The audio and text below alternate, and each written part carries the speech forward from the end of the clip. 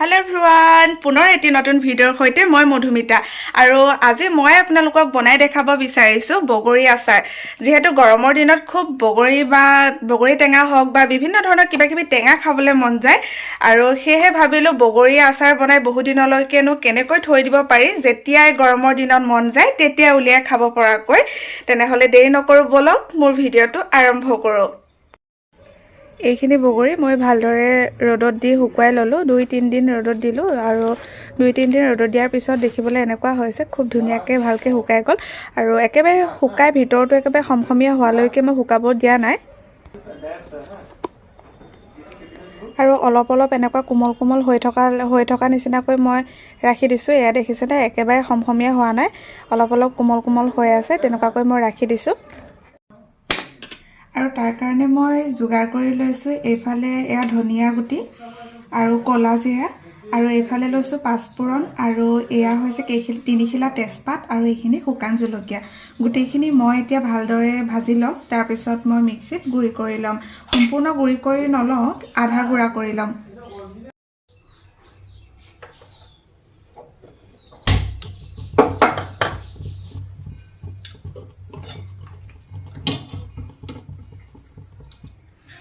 আৰু মই এইখিনি যোগাৰ কৰি লৈছিলো গুটি মছলাখিনি এটা কেৰাহীত মই গুটিখিনি ভাজি লম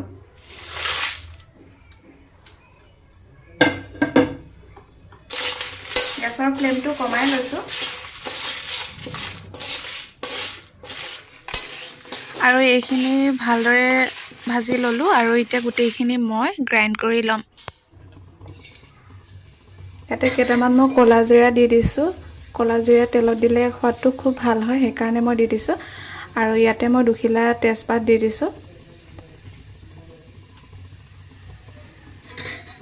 তেলখিনি ভালদৰে গৰম হ'বলৈ দিম যেহেতু আচাৰত তেলটো গৰম হ'লে দিব লাগে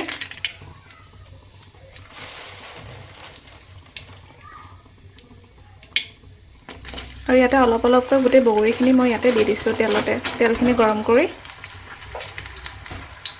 আৰু এটা গোটেই বগৰীখিনি মই ভালদৰে লৰাই লম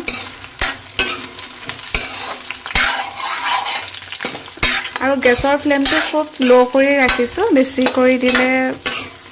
দিগদাৰ হ'ব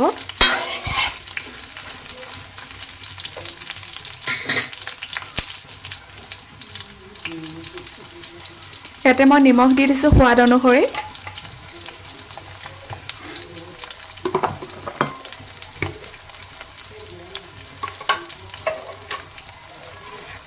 আৰু ইয়াতে অকনমান হালধি দি দিছো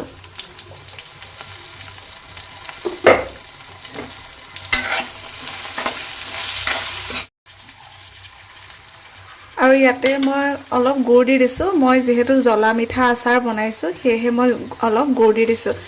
তেলত যেতিয়া বগৰীখিনি ভাজি অলপ হৈছে তেতিয়া মই গুড়খিনি দি দিছো আৰু গুড়খিনি গলি যোৱালৈকে গেছৰ ফ্লেমটো লো কৰি ৰাখিছো লাহে গুড়খিনি গলিবলৈ ষ্টাৰ্ট হৈছে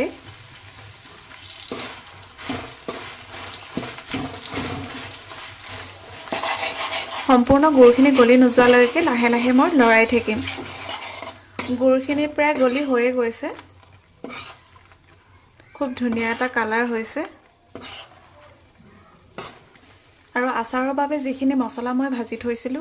আৰু সেইখিনি এতিয়া মই ইয়াতে দি দিছো আৰু সম্পূৰ্ণ একেবাৰে মিহি কৰি দিয়া নাই মই আধা পিছা কৰি ৰাখিছো এয়া আপোনালোকে দেখিছে বগৰী আচাৰত আধা পিছাকৈ মছলা দিলে আচাৰটো খাবলৈ খুব ভাল লাগে সেয়েহে মই আধা পিছাকৈ দিছো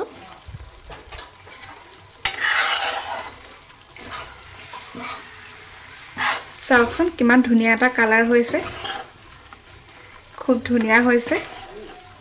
পুৰা জুচি হৈ গৈছে এইখিনি হৈয়ে গৈছে এতিয়া মই গেছৰ ফ্লেমটো বন্ধ কৰি দিম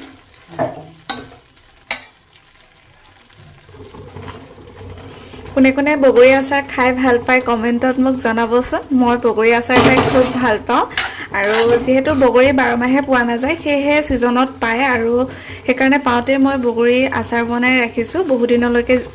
ষ্টৰ কৰি ৰাখিম যেতিয়া মন যায় তেতিয়া উলিয়াই খাম গৰমৰ দিনত বগৰী আচাৰ খাই খুব ভাল পাওঁ যেহেতু বহুত গৰমত অকমান টেঙা খাবলৈ মন যায় আৰু সেইকাৰণে মই এনেকৈ বনাই ৰাখিছোঁ আৰু আপোনালোকে মোৰ ভিডিঅ'টো চাই কেনেকুৱা পালে কমেণ্টত জনাবচোন খুব ধুনীয়া এটা কালাৰ হৈছে চাওক কিমান ধুনীয়া ৰঙচুৱা এটা কালাৰ হৈছে মই বিশেষ জলকীয়া গুড়িও ইয়াতে দিয়া নাই তথাপিও খুব ধুনীয়া ৰঙচুৱা হৈছে যিহেতু গুড় দিছোঁ চাওকচোন কিমান ধুনীয়া এটা কালাৰ আহিছে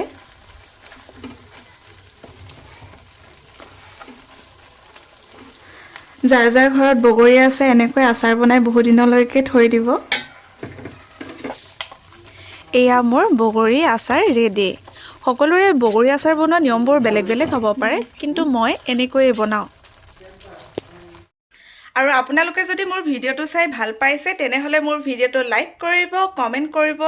শ্বেয়াৰ কৰিব আৰু আহিব লগা ভিডিঅ'সমূহ অতি সোনকালে পাবৰ কাৰণে মোৰ চেনেলটো সাবস্ক্ৰাইব কৰি দিব আজিলৈ ভিডিঅ'টো ইমানেই ধন্যবাদ